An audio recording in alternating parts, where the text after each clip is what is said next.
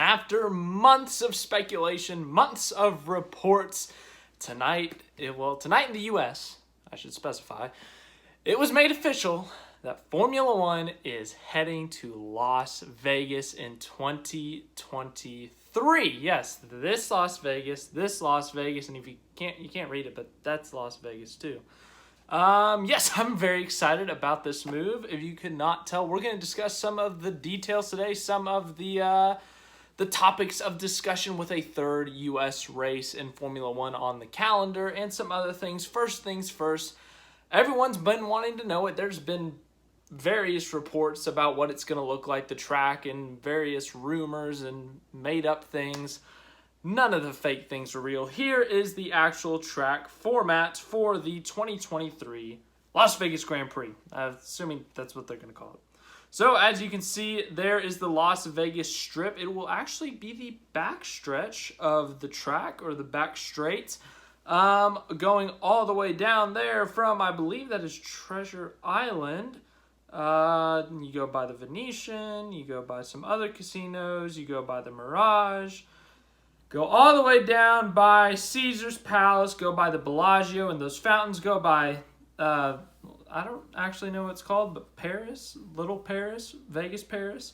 And then all the way down to 11 and 12. I don't know which casinos those are down there. Then you take a hard left. That is the end of the track. And turn 1 is actually all the way up. It almost looks like a parking lot. The Caesars, and it's not actually Caesar's Palace parking lot. That's just that's referring to the 80s race that they held in the Caesar's Palace parking lot. But yeah, so way up there at the top, you see the final corner is kind of a curve, and then you go to almost a hairpin of a turn 1, a quick turn 2, curved right-hander of 3 and 4.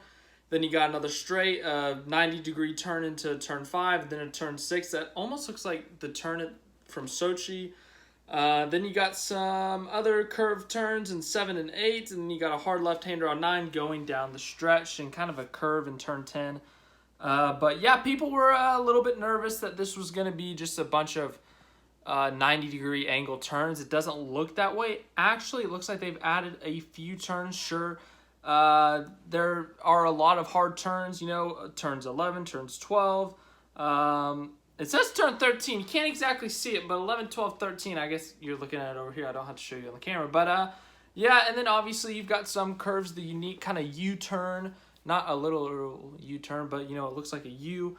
And through turn 6, turn 7's kind of a quick right-hander. Turn 8's going to be a quick left-hander, but you're going to have to brake pretty hard going into turn 9.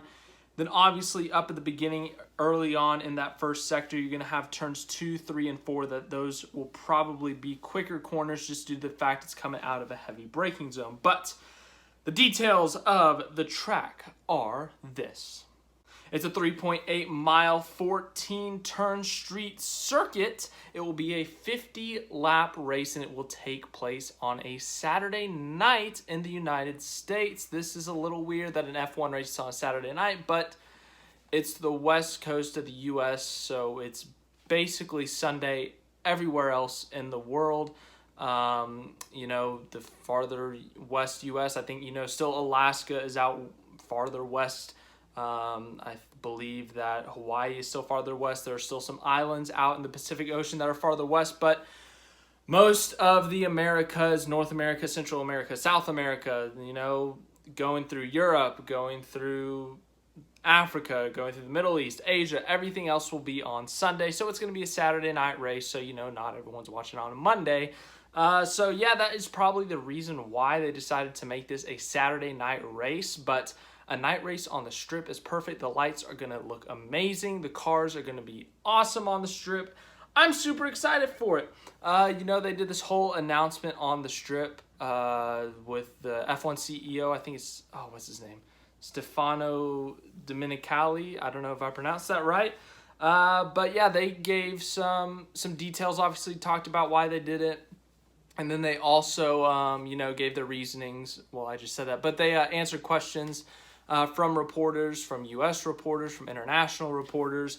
But yeah, the governor of Nevada was there. I believe some other people from Nevada were there. But the governor said 170,000 people are expected expected to come to Vegas for the F1 race. 400,000 room nights, $500 million in economic impact. And he also said that Vegas will be the flagship race of F1 in a few years. It's very interesting to say that one, but I think it'll be interesting. You know, street circuits have been a thing in F1 for a while now. Obviously, Monaco being the biggest one, being the most iconic one, but street circuits have been added in the past few years. You look at Baku in Azerbaijan, you look at Jeddah in Saudi Arabia, where we were just this past week. So, you know, there have been a few street circuits, and in fact, just in a month down the road, we're going to be in the U.S. at a new street circuit at the Miami Grand Prix. So, yeah, street circuits seem like they're becoming a more almost normal thing, and building new ones seems like to be a more normal thing. And in this case, they're using one of the most iconic streets in the United States at the Las Vegas Strip. So, yeah, you got a lot of spectacles there. As I said, with Caesar's Palace, there is a literal statue of Caesar there. So Caesar, he's so excited for the race that he is already there, sitting there waiting to watch. Try to be funny every once in a while.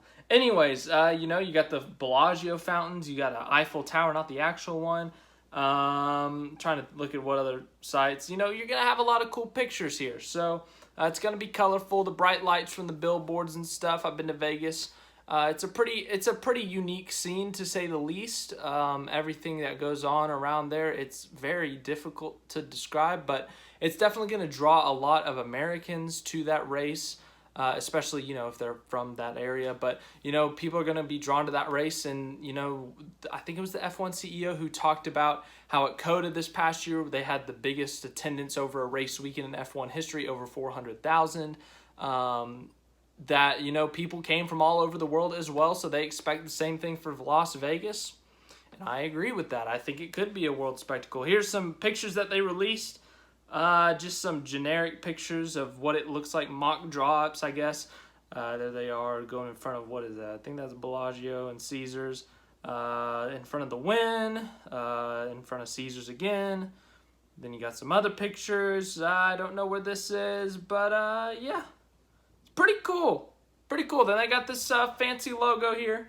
The Welcome to Las Vegas sign silhouette. The silhouette of some of the buildings, the Ferris wheel. Pretty cool stuff going on here. So, yeah, pretty excited about this, if you did not know. I think, let's see, I'm trying to see what I've read so far.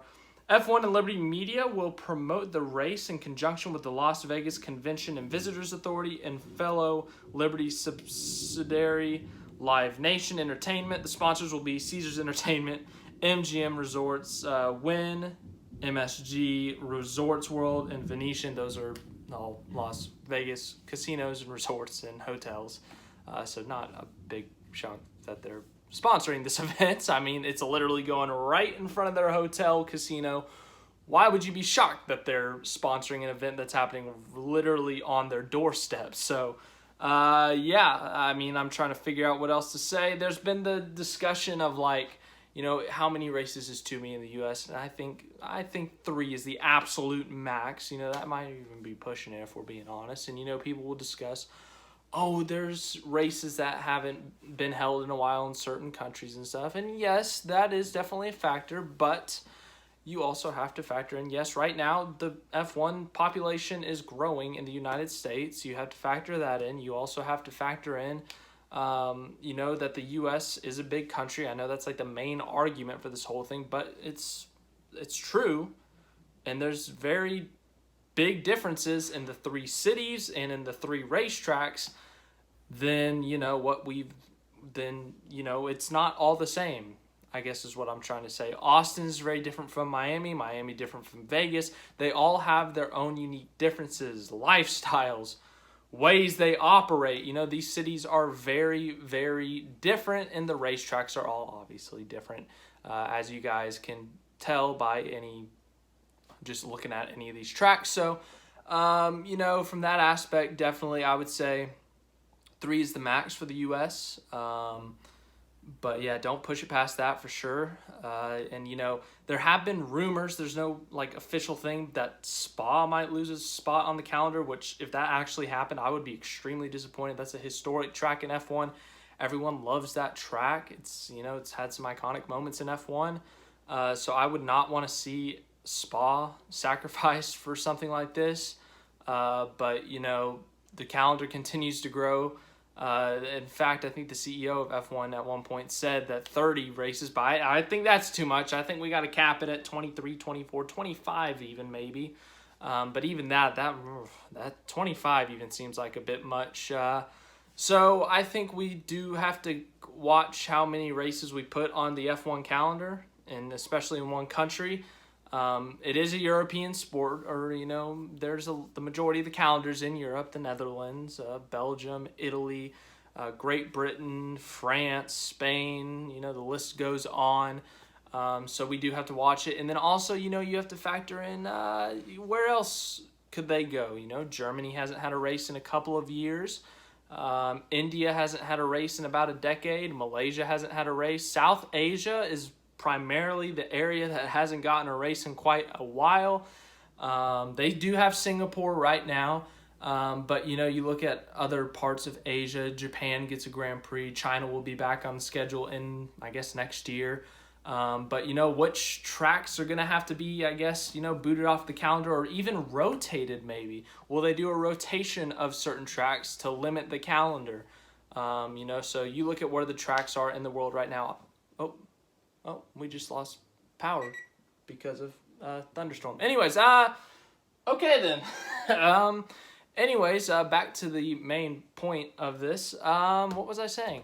You look at where the tracks are right now. You've got 2 races in the U.S. this year, about to be 3. You got a lot of races in Europe, as I said earlier. But then you got a few races in the Middle East. You got Bahrain, Saudi Arabia, soon to be Qatar, obviously Abu Dhabi and the UAE. And then Australia, as I said, China, Japan, I've basically named the majority. You got South America, you got one in Brazil. All 3 countries in North America have races, Canada, the US, and Mexico. But it'll be interesting to see how the calendar turns out in the long term, to see if they end up rotating certain tracks on the calendar, if they end up getting rid of some altogether. But yeah, I think 3 is the absolute limit for the U.S., but at the same time, I think Las Vegas is a great opportunity for F1. It's a great location. It's an exciting event. It's going to be an event, you know, not just the race, but the whole weekend, everything leading up to that weekend. It's going to be quite the spectacle, to say the least. So I'm very excited for it. I think you should be optimistic as well for this. So I'm really excited for this event. I think it's going to draw a lot of eyeballs. Not just in the U.S., but across the world. And I'm curious to see how it turns out. So let me know your thoughts in the comments on the Las Vegas Grand Prix, if they're going to call it that. But to see what they do in the future with it. How long? They said it's going to be a 3-year contract. To see what they do beyond that, I don't know. But it's a pretty big deal. So, yeah, I'm really excited, if you couldn't tell. But, yeah. If you like this video, make sure to leave a like, subscribe to the channel if you want more NASCAR, more F1 news. We talk about it a lot. Went to Las Vegas, the NASCAR race at Las Vegas just a month ago, or a little bit less than a month ago. Had a great time there. There's a lot of race fans out there. Let me tell you, it was a pretty good crowd there. And there were some F1 fans there. I saw some Red Bull gear. I saw some Mercedes gear. I even saw a Renault jacket out there. So, you know, there is some F1 fans out there. So you never know. But yeah, obviously, as I said, if you're a big racing fan, subscribe to the channel. Helps me out a ton. And have a great rest of your night. If you're here in the U.S., have a great morning, afternoon.